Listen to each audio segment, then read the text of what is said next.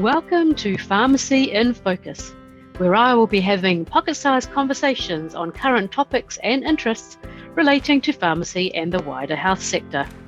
My name is Sharina Basan, bringing you Pharmacy in Focus on behalf of the Pharmaceutical Society of New Zealand.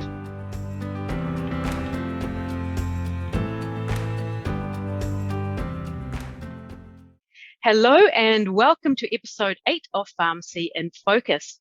Today I have Hannah Arnold with me. Hannah Arnold is 27 years old and is a pharmacist who is currently working as a funding application advisor at Pharmac. After graduating from Otago University, Hannah began her pharmacy career as an intern at Capital and Coast DHB, where she continued to work as a rotational pharmacist for several years. She then moved to the United Kingdom and worked as a clinical writer for the Royal Pharmaceutical Society, writing content for publications including the British National Formulary and Martindale. Upon her return to New Zealand last year, Hannah joined Pharmac initially in the role of Schedule Advice Lead in the Communications team before moving to her current position as a funding application advisor at the Pharmaceutical Assessment Team. Hannah is passionate about improving patient health outcomes through a population-based approach. Outside of work, her hobbies include dancing, yoga, swimming, and travelling. Welcome, Hannah. Thank you. Thank you for having me. Now, we've gone through your career to date in your bio, so it's really interesting hearing how you've gone to the UK and what you did over there and how you've moved and transitioned into different roles at Pharmac. Can you tell me what is a funding application advisor? Yeah, of course. So a funding application advisor sits within the Pharmaceutical Assessment Team at Pharmac, and that team is made up of funding application advisors and also health economists. The role is quite complex, but I'll try my best to explain it. So when Pharmac receives a funding application, this may have been submitted by healthcare professionals, suppliers, or members of the public. Anyone can submit a funding application. And one of the tasks in my role is to write clinical advice papers. So essentially, this is a summary of the funding application that follows Pharmac's Factors for Consideration framework. And then this paper is sent to our clinical advisors. You can read more about the Factors for Consideration in depth on the Pharmac website, but briefly explained, it includes the health need, so that's the impact of the disease on the patient, their family or society, the health benefit, so that is the potential gain that could be had from funding the medicine, the suitability, so that's more the non-clinical side of the medicine that the funding application is around, and also the cost and savings, and that particular section is completed by the health economist. So we write these papers and they are reviewed by multiple teams within Pharmac, and then the papers are sent to our clinical advisors to be discussed at the committee clinical advice meetings. And from there, the clinical advisors make a recommendation as to whether they think this medicine should be funded on the pharmaceutical schedule or on the hospital medicines list. The second part of my role is around writing the meeting records or the minutes for those committee meetings. So that is a summary of what was discussed and the recommendation that was made by our clinical advisors and why they made that particular recommendation for that funding application. So as you can see, the role I'm in involves a lot of writing and research, but that's something that I've always been passionate about. So I really love what I do. So it sounds like an incredibly important role, and that a lot of the research that you do and the papers that you write could lead to medication being funded for New Zealanders. Would that be correct? Yeah, that's correct. And the clinical advisors are also encouraged, to do their own research. And if there's any other papers that we may have missed, they're more than welcome to bring those to the committee meetings as well. So our goal is to create a summary that's as easy as possible for them to get this overview of the funding application, but the information that they've been given is definitely not limited to that paper. However, we try to make it as wholesome and holistic as we can. So you've talked about writing and how you're quite passionate about writing. It's something that you love to do. How did you get to to this point in doing something that you really enjoy and mixing that scientific knowledge and writing? Yeah, I think for me it was when I moved to the UK and knowing that I couldn't easily work as a pharmacist in the UK. So for those who don't know, you can't simply just change your registration from a New Zealand pharmacist to a UK pharmacist. There is some training involved, and I wasn't in the position where I wanted to do that, so I was looking at other options for what I could do.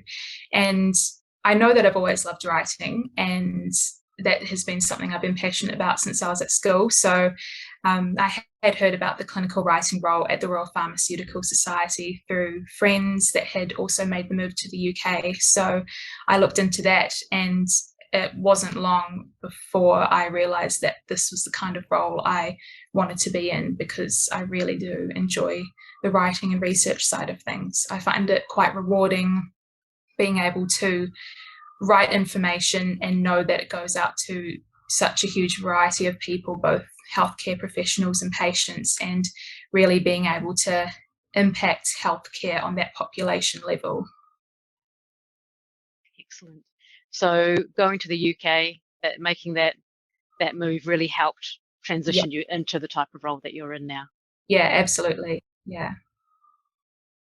And you mentioned in your bio that before you moved into this particular role, you'd started at Pharmac in a previous role. Can you tell me a little bit about that?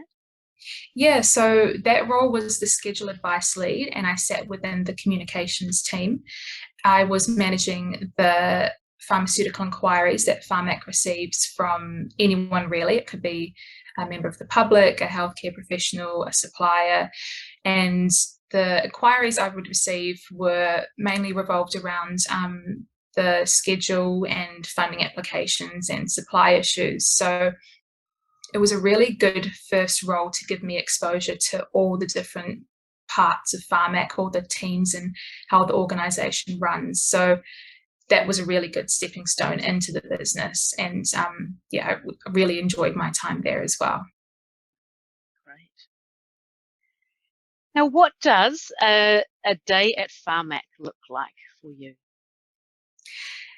A day at Pharmac would, obviously not every day is the same, but it does revolve around the clinical advice meetings that I mentioned earlier. So we are either preparing for a clinical advice meeting, so that would be writing the papers, or in a clinical advice meeting, so that would be sitting in with our clinical advisors and other members of Pharmac, or it would be writing the records after the clinical advice meeting. And of course, it's not as simple as that. We often have multiple committee meetings on the go. So my days are often heavily focused on writing content for the papers and records, but also a good balance of having meetings as well. So you do get, that good amount of interaction and with different teams and working with different individuals. So it's a really good balance of both independent work and also teamwork as well. And I know that you started your career working in hospital as a rotational pharmacist, and that is obviously quite different to then moving into writing. How did you find that transition? That transition was probably one of my challenges when I look back on it. I find that when you're working in the hospital, often the tasks that you need to complete for that one day, you're kind of looking at just the day ahead and what do I need to do today? Whereas in the clinical writing role or in the role that I'm in now, the tasks I'm assigned are to be completed over days, weeks or months, and they often revolved around varying deadlines. So it was really a juggling act of balancing those different priorities, both big and small. And initially, I did find it overwhelming because I felt like if I didn't have a productive day, it was so easy to feel like I was falling behind on things.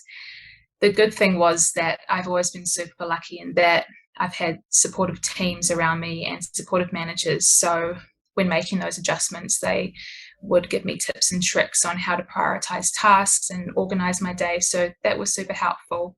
And I also found that when I moved into the clinical writing role in London, I wasn't the only hospital pharmacist that had made that transition to a writing role. So I did have other people who had been in my shoes and knew what it was like making that transition. So they were super helpful.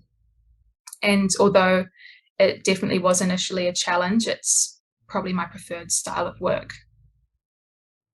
Right. And you've mentioned that this is probably one of the challenges that you've faced, that Yeah. transition and how to manage that, and being lucky enough to have the support that you've had in order to be able to prioritize the work, and I guess moving more from a reactive role to being able to organize your time within limits, because obviously you do have the papers that need to be written within specific deadlines. Mm-hmm. What would you say the biggest demands of your current role would be? I would say that the deadlines are a big demand.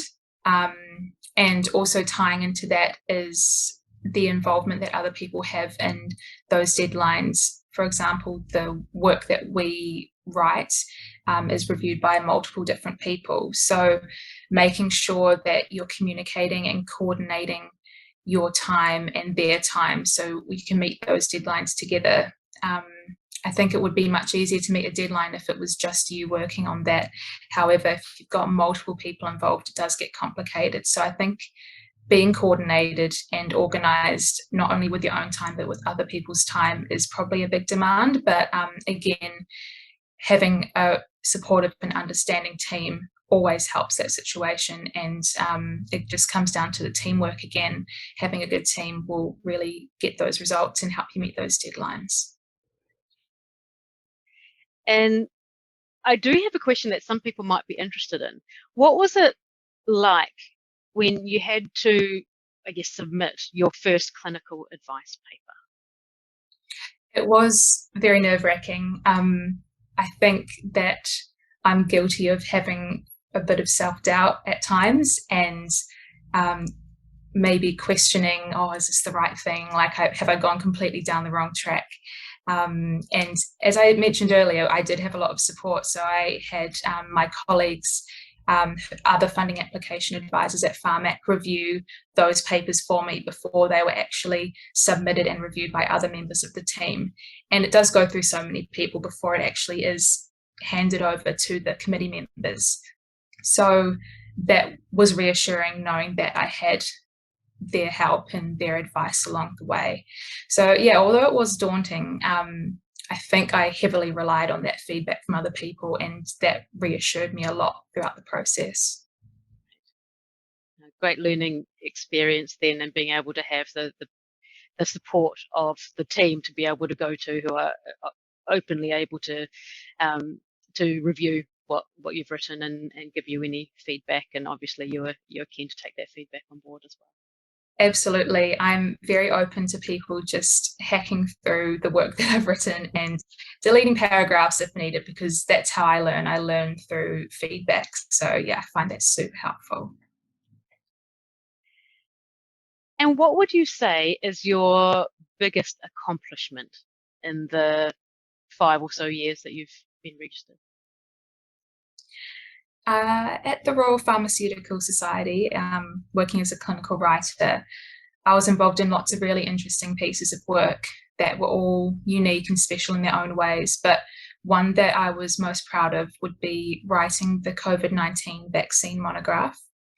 At the time, the vaccine had only just become available in the UK and was about to be administered to individuals throughout the UK and other parts of the world. Not only that, the monograph was also written within quite a short space of time.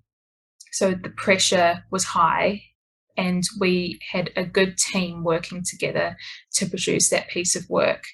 So it was knowing that this piece of work would have such a huge reach to both patients and healthcare professionals throughout the world, and it was such a relevant piece of work at the time, and having the team work together on that was really special as well. So that's definitely something I look back on and I'm super proud of. Excellent. And it would have been quite mind-boggling at the time, no doubt. Yeah, there was a lot to read through, a lot of studies, and just making sure it was right. And yeah, it was a lot of pressure at the time, but yeah, I'm so happy I was involved in that. Well done. Well done to you and your team for putting that together. Yeah, definitely a team effort. But just coming back to your current role, uh, how would someone listening to this conversation today know if moving into a role like yours is right for them?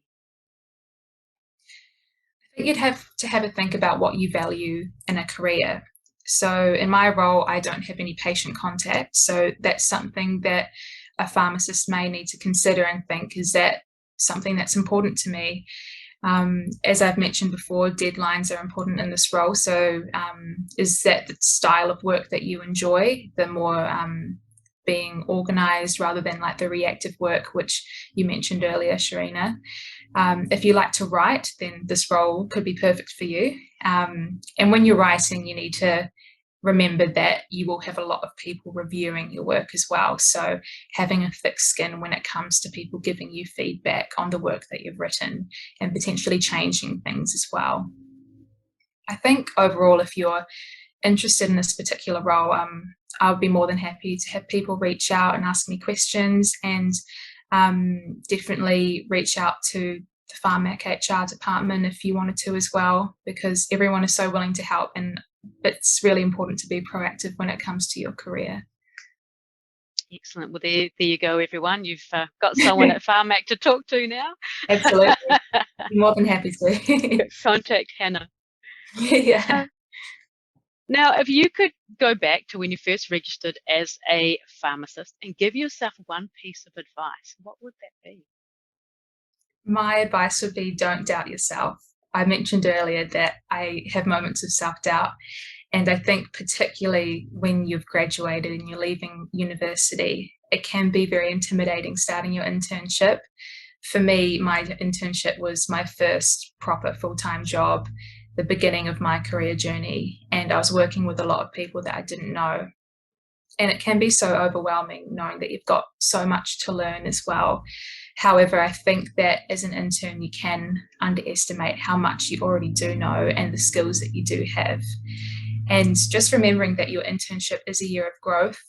So trying to build that self-confidence to ask lots of questions, push yourself outside your comfort zone, make the most of the opportunities that are given to you, because people are so willing to help you. And there will also be people that you're working with who would have been in your position as an intern at some stage in their career as well. So put your best foot forward and don't doubt yourself, because as an intern, you really do have so much to offer. I'd 100% agree with that. It's a huge learning year. Ask as many questions as you can, talk to as many people as you can, and even once you're registered, just keeping up that community, those contacts, your friends, finding out what people are doing, asking how they got to those positions, seeing if that's right for you, or you might be very happy where you are as well. But having that knowledge can certainly help make transitions if that's something you want to do. Yeah, I totally agree.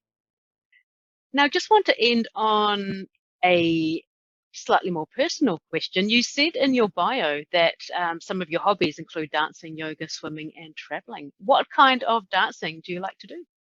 I do pole dancing, and I've been doing it for about 8 years now, but it's been very on and off.